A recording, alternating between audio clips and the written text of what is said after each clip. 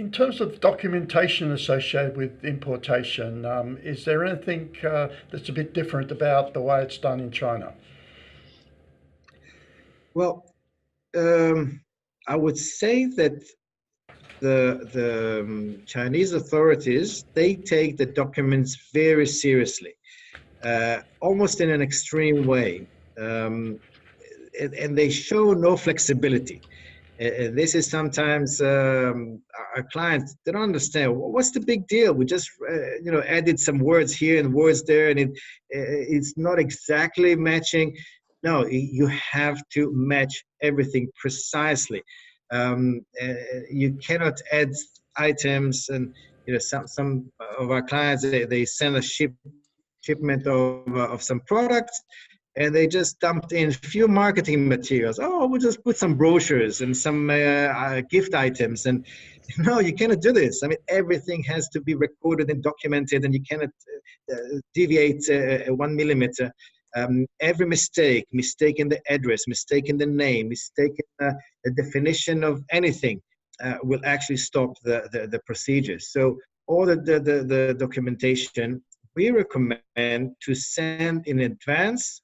When we import, the client is sending before they even ship anything.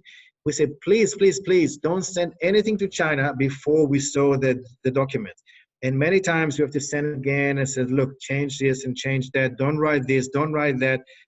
You have to prepare the documents in advance before the goods are on the ship or on the plane to make sure that when they come, they actually, what we do, we send the documents in advance to the import agent, so he reviewed it already. So when the goods come, everything is already prepared. So all the certificates, whether it's CCC, if you don't have the CCC, forget it. Don't even put the goods on the ship because it will get stopped or shipped back. Every other inspection or certificate, or if you're sending pallets, if you don't have the stamp on the pallets of fumigation, all of these things that you need to know. Don't send anything without letting the import agent know what's in the shipment. Now they also changed the regulation. I don't know how they're going to impose this, but they said that the responsibility over the shipment goes to the importer. Meaning, if something is wrong if somebody wanted to smuggle something in the container, then the importer has to take the responsibility.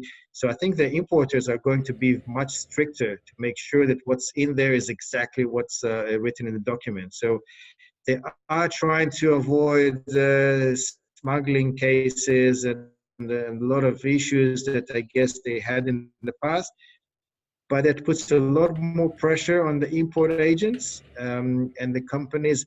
I guess the logistics people back home, they're the ones that need to be educated, because many times they don't understand, and they're very laid back in the warehouse, and they say, what's the big deal? So we'll just do this, we'll do that, and they don't really make sure that things are perfect. And it has to be perfect if you want to send something into China.